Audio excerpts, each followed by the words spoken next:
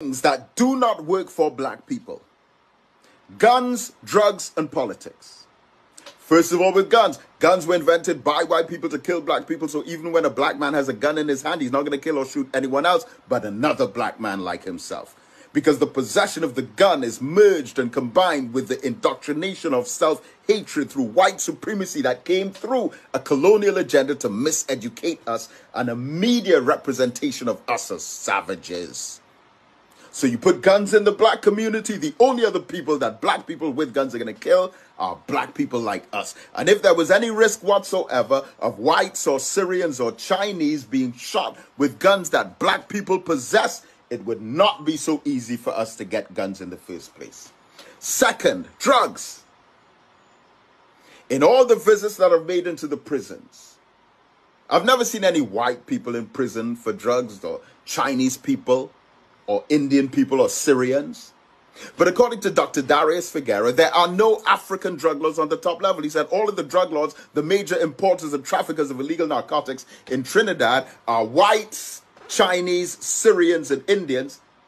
But African people are 95% in the prison.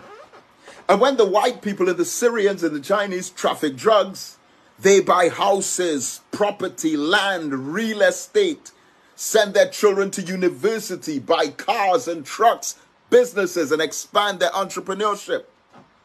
When we sell drugs, apart from going to jail or getting shot and killed in some ignorant gang conflict, what do we do with the money that we make from the drugs?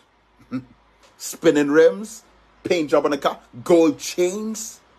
Oh man, if that's how you're thinking, that those gold chains are representing chains of slavery that have been taken off our hands and feet and put on our minds but fallen down to our necks. And third, politics. Okay, I respect everyone's political choices. But you have all these different political parties, but when it comes to the backbiting and the quarreling and arguing and squabbling, it's African people in one party against African people in another party. And regardless of which party's in power, it's the same. Whites and Chinese and Syrians and French Creoles that are getting rich. All of the contracts. We just wear the t-shirts, the hat, wave the flag, run behind the truck, and get nothing. And then they try to impress upon your mind that you're worth nothing, you deserve nothing, and the only way you can benefit from being part of our political organization is if you involve yourself in the pulling down of your own people. So as Jomo Kenyatta said, when the white man came to Africa, he had the Bible, we had the land. He taught us to pray with our eyes closed. When we open back up our eyes,